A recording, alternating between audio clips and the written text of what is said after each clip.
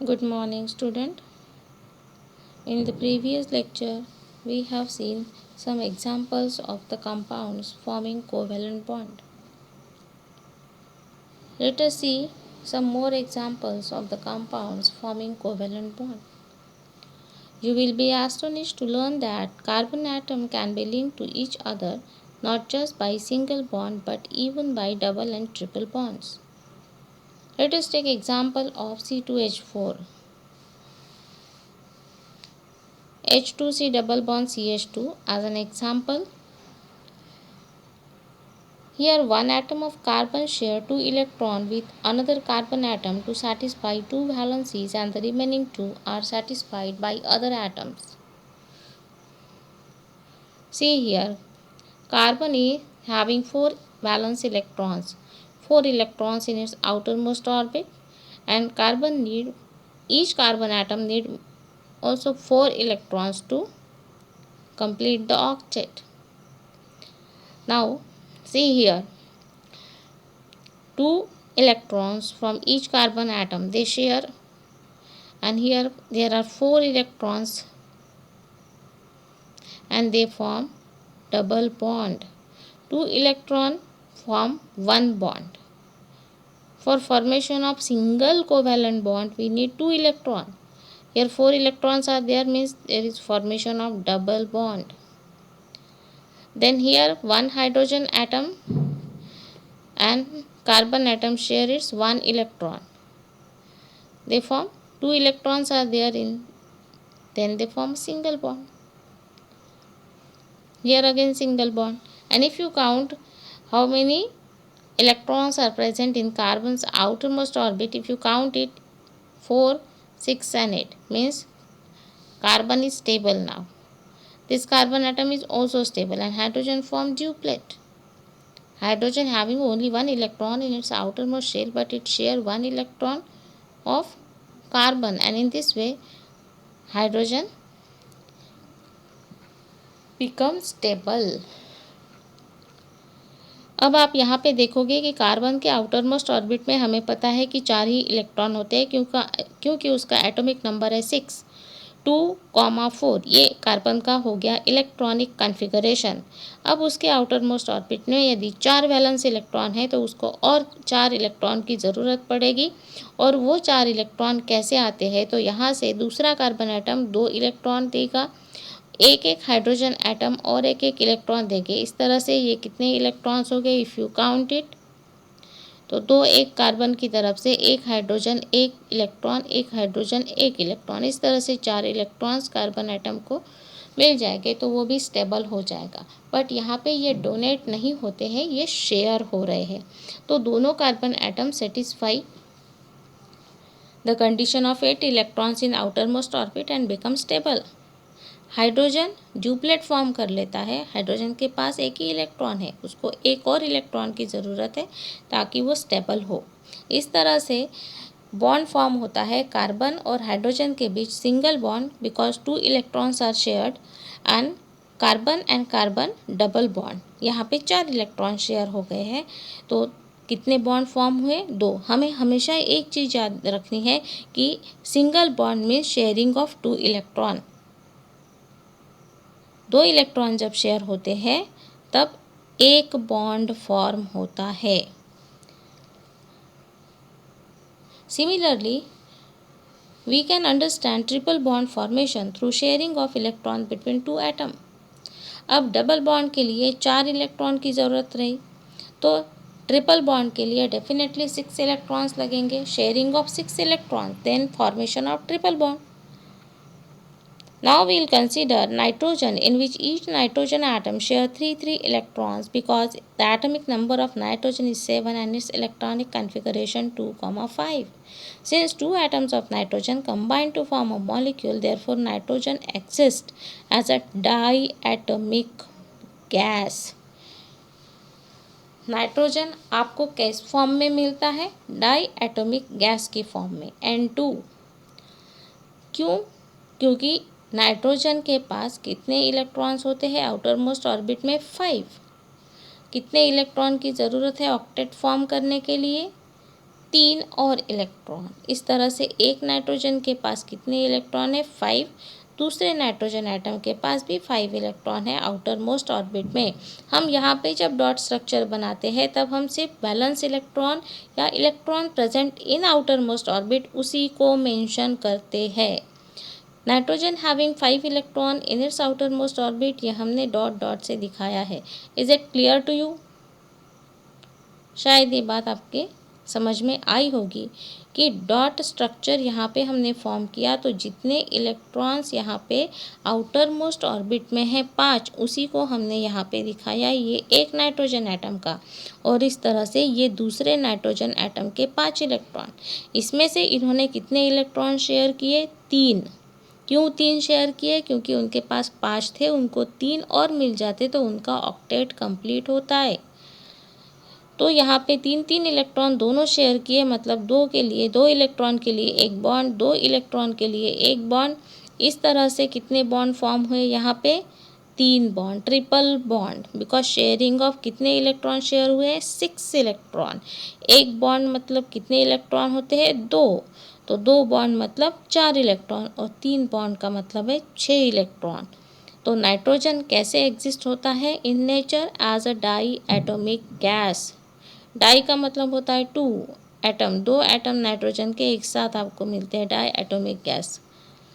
Point is clear? Formation of triple bond.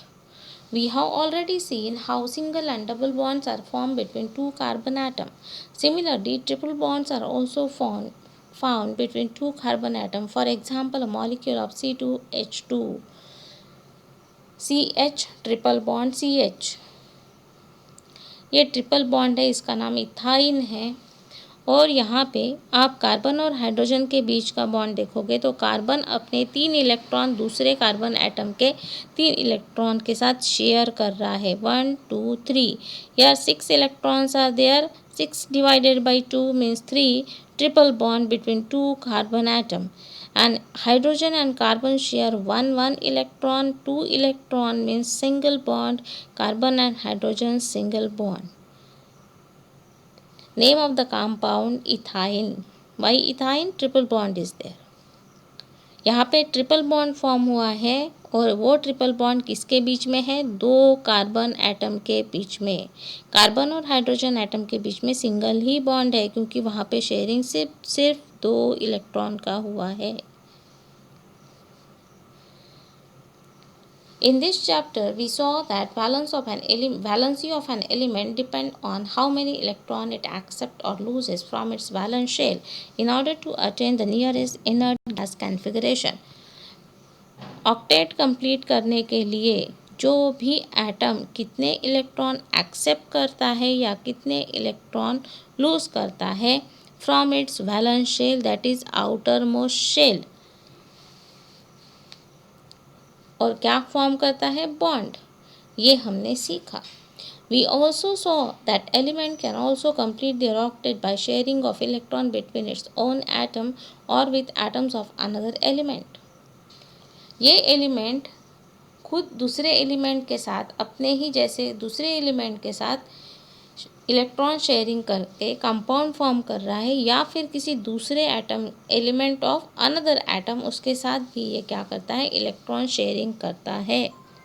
जैसे कि यहाँ पे इथाइन है, यहाँ पे शेयरिंग ऑफ इलेक्ट्रॉन किसके बीच में हुआ है? हाइड्रोजन और कार्बन।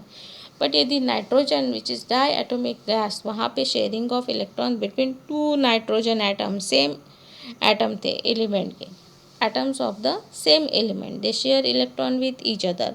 इस तरह से हमें कोवेलेंट कंपाउंड मिलते हैं जहाँ पे शेयरिंग ऑफ इलेक्ट्रॉन होता है, चाहे वो एक ही एलिमेंट के 2 एटम के बीच में हो या किसी दूसरे एलिमेंट के 2 एटम के बीच में हो।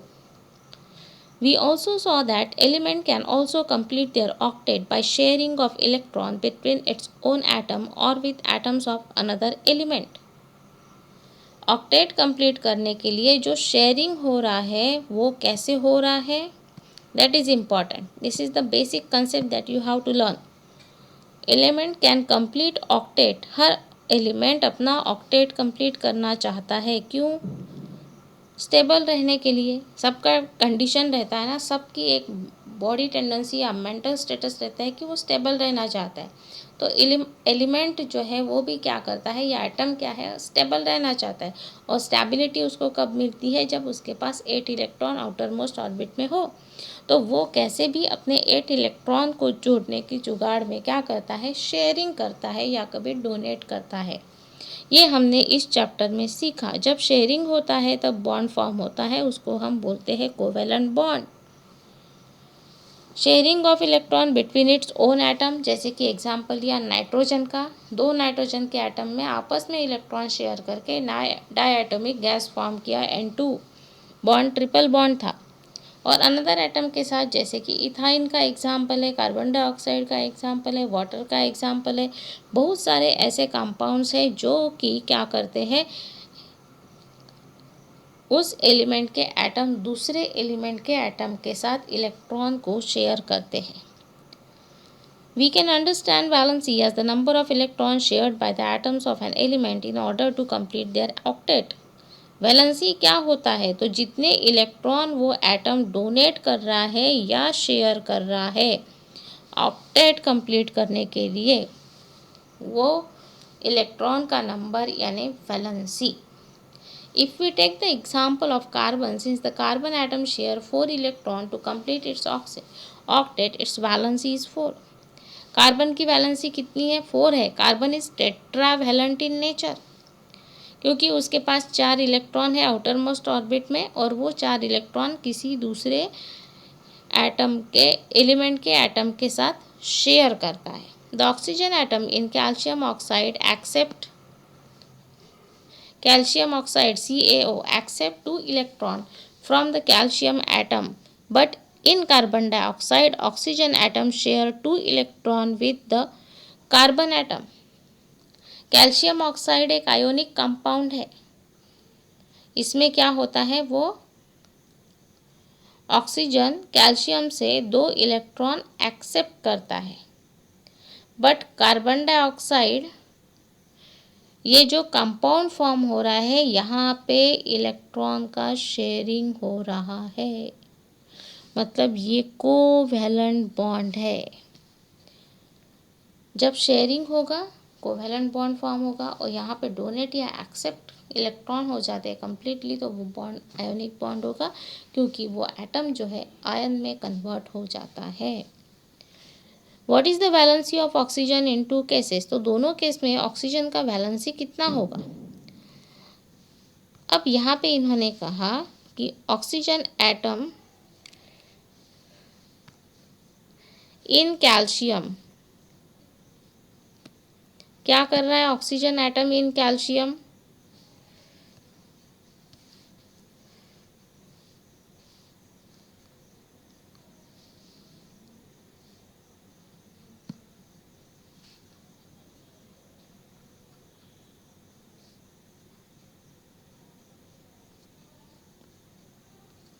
सी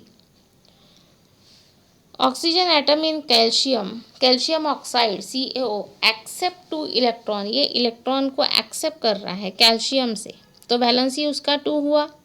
और कार्बन डाइऑक्साइड में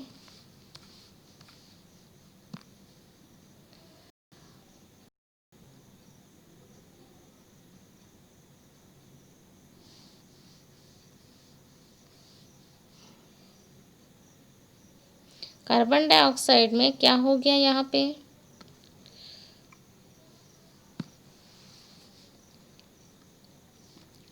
CO2 कंपाउंड फॉर्म हो रहा है आपका, तो वहाँ पे क्या हो गया, ऑक्सीजन एटम शेयर 2 इलेक्ट्रॉन, तो ऑक्सीजन ने यहाँ पे भी कितने इलेक्ट्रॉन को शेयर किया, 2।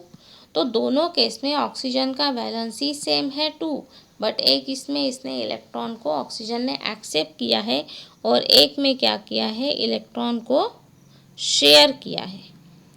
शेयरिंग हो चाहे डोनेट हो, जितने नंबर इलेक्ट्रॉन के वो शेयर करता है, डोनेट करता है या एक्सेप्ट करता है, वो उसका क्या होता है, वैलेंसी। तो दोनों केस में यदि आयनिक कंपाउंड हो चाहे कोवैलेंट कंपाउंड हो, ऑक्सीजन ने 2 ही इलेक्ट्रॉन को शेयर किया है या एक्सेप्ट किया है, इसलिए दोनों केस में ऑक्सीजन का वैलेंसी कितना है, 2।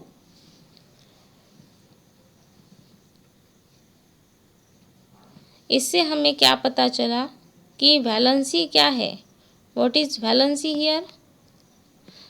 The valency of an element is the number of electron it loses, accept or share in order to form a bond. Bond form करने के लिए एलिमेंट क्या करता है? बॉन्ड फॉर्म करने के लिए आपका एलिमेंट क्या कर रहा है? इलेक्ट्रॉन को डोनेट कर रहा है या इलेक्ट्रॉन को वो क्या कर रहा है?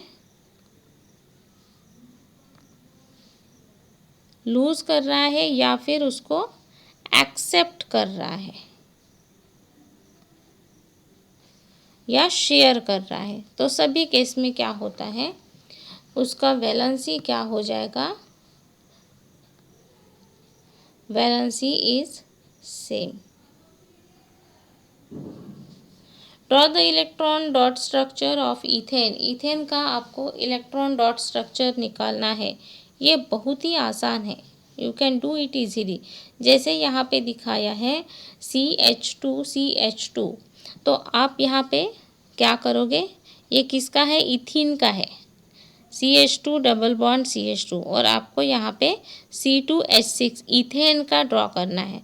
तो आप यहाँ पे और एक हाइड्रोजन एटम को जोड़ोगे इधर साइड और इधर साइड. मतलब हाइड्रोजन और कार्बन के बीच में हमेशा याद रखना सिंगल बॉन्ड फॉर्म होता है, क्योंकि हाइड्रोजन का एटॉमिक नंबर 1 है तो वो 1 ही इलेक्ट्रॉन को शेयर करेगा. तो यहाँ पे और एक हाइड्रोजन एटम दोनों साइड आप दिखाओगे और वो कंपाउंड फॉर्म होगा आपका H3C single double bond CH3 that is ethane. आप इसका स्ट्रक्चर कॉपी में ड्रॉ करोगे. Draw the electron dot structure of any molecule which has double bond. Double bond वाले बहुत सारे हमने स्टडी किए हैं. एक मैंने शायद टिक भी किया है आंसर नंबर 2 करके. You right yes it is answer number 2. This right you it in your copy. आप अपनी केमिस्ट्री कॉपी में वो आंसर लिखोगे. The atomic number of chlorine is 17. Electronic configuration 2, 8, 7. Then explain the formation of chlorine molecule using electron dot structure. Very easy. Each chlorine atom share 1 electron. दो chlorine atom यानी Cl2 molecule यहाँ पे form हो रहा है तो एक chlorine atom अपना एक इलेक्ट्रॉन शेयर करेगा दूसरे क्लोरीन एटम के साथ. तो आप जो स्ट्रक्चर बनाओगे उसमें शेयरिंग में 2 इलेक्ट्रॉन दिखाओगे. Single bond is there. बाकी सारे तो क्या है? सेम है, क्योंकि 7 इलेक्ट्रॉन है, एक ही इलेक्ट्रॉन का उनको ज़रूरत है. Try to draw this structure Cl2. It is very easy. Chlorine का आपने बहुत बार देखा है या हमने NaCl में भी देखा है. क्लोरीन का एटॉमिक नंबर 17 होता है और इलेक्ट्रॉनिक कॉन्फ़िगरेशन है 287. Ionic and covalent bond. अब हम दोनों बॉन्ड को पढ़ चुके हैं. अब इनकी प्रॉपर्टीज़ को समझते हैं. We saw that covalent bonds are formed by sharing of electron between atoms and ionic bonds are formed when the valence shell of atom gain or lose electron. हमने देखा कि कोवेलेंट बॉन्ड कब form होता है? जब कोई atom electron share करता है किसी दूसरे एलिमेंट के एटम के साथ. Valence shell of atom gain और लूज इलेक्ट्रॉन, तब आयोनिक बॉन्ड फॉर्म होगा. और यहाँ पे शेयरिंग ऑफ इलेक्ट्रॉन है, sharing and caring covalent bond. यहाँ पे डोनेटिंग और accepting ionic bond. The compound having ionic bond are known as ionic और इलेक्ट्रोवैलेंट कंपाउंड. जो आयोनिक बॉन्ड फॉर्म करके कंपाउंड बन रहे हैं उनको हम आयोनिक या फिर इलेक्ट्रोवैलेंट कंपाउंड बोलते हैं. और कोवैलेंट का बॉन्ड जिनके बीच में है उनको हम कोवैलेंट कंपाउंड बोलते हैं. Now see what are the properties of this ionic compound and covalent compound. Usually ionic compounds are soluble in water. जितने भी आयोनिक कंपाउंड है उसमें से 99% ऐसे कंपाउंड्स हैं जो कि soluble in water. Ionic compound have high melting and boiling point because the oppositely charge, यहाँ पे प्रॉब्लम क्या है? Oppositely charge ions in them are held together by strong electrostatic force of attraction. More energy is required to break the bond form by string electrostatic forces. अब एक चीज़ हमेशा ध्यान में रखना कि आयोनिक कंपाउंड जो फॉर्म होता है उसमें इलेक्ट्रॉन डोनेट या एक्सेप्ट किए जाते हैं, तो वो बॉन्ड कैसा है? स्ट्रॉन्ग बॉन्ड है। There is strong electrostatic force of attraction, इसलिए जो भी आयंस वहाँ फॉर्म हो रहे हैं उनके बीच का जो इलेक्ट्रोस्टैटिक फोर्स ऑफ अट्रैक्शन है वो बहुत स्ट्रॉन्ग है। और जब स्ट्रॉन्ग बॉन्ड होता है तो उसे ब्रेक करने के लिए हमें मोर energy is required. And why the bond is strong? Due to strong electrostatic force of attraction. Ionic compound ionize when dissolved in water on melting and therefore can conduct electricity. ये ionise होते हैं मतलब ये ions को form करते हैं, और ions form होते हैं तो क्या करते हैं? They conduct electricity. Means ionic compound when ionizes conduct electricity. Properties of covalent compound. Covalent compound are not soluble in water. ठीक आयोनिक कंपाउंड के अपोजिट है ये। They are soluble in water, they are insoluble in water. Their melting and boiling point are low. भाई वो sharing से form हुए हैं। Sharing का मतलब क्या है कि शेयरिंग और केयरिंग दोनों साथ में चलता है, बट झगड़ा हो गया तो अपने अपने इलेक्ट्रॉन वापस ले गए। मतलब यहाँ पे क्या है, उनका मेल्टिंग और बॉइलिंग पॉइंट लो रहता है, इनको ब्रेक करना आसान है। Covalent compound do not conduct electricity, ये आयोनाइज नहीं होते हैं, आयंस फॉर्म नहीं करते हैं, इसलिए ये इलेक्ट्रिसिटी कंडक्ट नहीं कर सकते। मतलब जो आयोनिक कंपाउंड की प्रॉपर्टीज़ है ठीक उसके अपोजिट आपकी कोवेलेंट कंपाउंड्स की प्रॉपर्टीज़ है। One activity is given, you have to take 4 beaker and label them A, B, C and D. Then you have to take 100 or 150 ml of water in each beaker and prepare separate solutions. Dissolve 2 spoonful common salt in beaker A, then 2 spoonful calcium chloride in beaker B, common salt, calcium chloride, then dissolve 2 spoonful sugar in beaker C and 2 spoonful glucose in beaker D.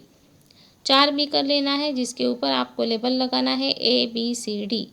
ए में आप लोगे 2 चम्मच common salt नमक, दूसरे इसमें लोगे calcium chloride, और तीसरे इसमें लोगे शुगर यानी शक्कर, और चौथे इसमें लोगे ग्लूकोज। शुगर जो आपके घर में चाय बनती है, कोई आपके घर में डिश बनती है, उसमें जो आप वाइट क्रिस्टल शक्कर डालते हो वो वाला शक्कर, और ग्लूकोज मिलता है जो एनर्जी मतलब विटामिन क्या बोलेंगे, विटामिन डी या कुछ ऐसे ऐड आता है, उसमें ग्लूकोज रहता है, वाइट कलर का पाउडर रहता है, जिसको आप टंग पे रखते हो ना तो तुरंत आपको ठंडा लगता है लेटेंट हीट ऑफ वेपराइजेशन की वजह से। तो ये ग्लूकोज है। Try to understand and their formula, both formulas are different. Sugar का फार्मूला अलग है, ग्लूकोज का फार्मूला अलग है। एक में आप ग्लूकोज लोगे, एक में आप शुगर लोगे। First insert 2 graphite rods in a beaker. आपको क्या करना है, 2 ग्रेफाइट रॉड इंसर्ट करना है बीकर ए में, जिसमें आपने क्या लिया है, कॉमन सॉल्ट नमक। Graphite rod acts as electrode. Graphite rod क्या है, इलेक्ट्रोड का काम करते हैं। Connect this rod to a bulb and 9 volt battery. 9 volt battery सबने देखी है, हमने बहुत सारे स्कूल में साइंस एग्जीबिशन में एक्सपेरिमेंट किए हैं, उस समय हमने 9 वोल्ट बैटरी को अच्छे से देखा है। उसको आप एक बल्ब भी लगा दोगे और फिर आप क्या करोगे, वो रॉड को इस तरह से रखोगे कि वो एक दूसरे के कांटेक्ट में ना आए। अब किस किस सॉल्यूशन में बल्ब ग्लो होता है ये आपको देखना है। हमें पता है NaCl एक कंपाउंड है, आयोनिक कंपाउंड है, वो क्या करेगा, आयोनाइज होगा तो बल्ब ग्लो होगा। ठीक, then what about why did bulb light up in case of beaker A and B। B में आपने क्या लिया है, कैल्शियम ऑक्साइड। ये अगेन आयोनिक कंपाउंड है। हमने अभी देखा यहाँ पे ऑक्सीजन 2 इलेक्ट्रॉन कैल्शियम से लेता है, accept electron from calcium, means यहाँ पे कोवेलेंट बॉन्ड है, आयोनिक बॉन्ड है। तो ए और बी में आयोनिक बॉन्ड है, मतलब वो आप पानी में डालोगे तो आयोनाइज होंगे, formation of ion, and they conduct electricity, हमने अभी देखा है। तो ए और बी आयोनिक कंपाउंड होने की वजह से क्या है, वहाँ पे बल्ब ग्लो हुआ। बट सी और डी, जिसमें आप शुगर और ग्लूकोज लिए, वो कैसे कंपाउंड है? Covalent compound, and covalent compound do not conduct electricity because they do not ionize, वो आयन फॉर्म नहीं करते। You must have understood now that electricity is conducted by salt and calcium chloride because of electrovalent bond. ये जो bond था उनके बीच का, वो कौन सा था? Cowell ionic bond. और इसी की वजह से हमने बोला कि इसमें बल्ब ग्लो होगा। ग्लूकोज और शुगर में नहीं हुआ क्योंकि उनके बीच का बॉन्ड कौन सा है? Covalent bond. I think covalent bond and ionic bond clear to you. बहुत इंटरेस्टिंग चैप्टर है, अच्छे से मज़े लेके इसको पढ़ो, समझ में आएगा। Then try to write question answer. What is the difference between ionic and covalent compound? Then explain why ionic compound have high melting and boiling point. Very simple answers are there. What is the difference between ionic and covalent compounds? See there. Definition is given to you. Properties of ionic compound and properties of covalent compound. This is your answer number 1. Right? Answer number 1. Then next question is, explain why ionic compound have high melting and boiling point. This answer is given in ionic compound point number 2.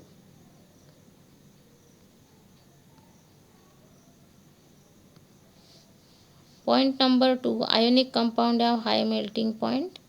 This is the complete answer of question number 2. You write down these question answers in your chemistry copy and read chapter honestly. Thank you.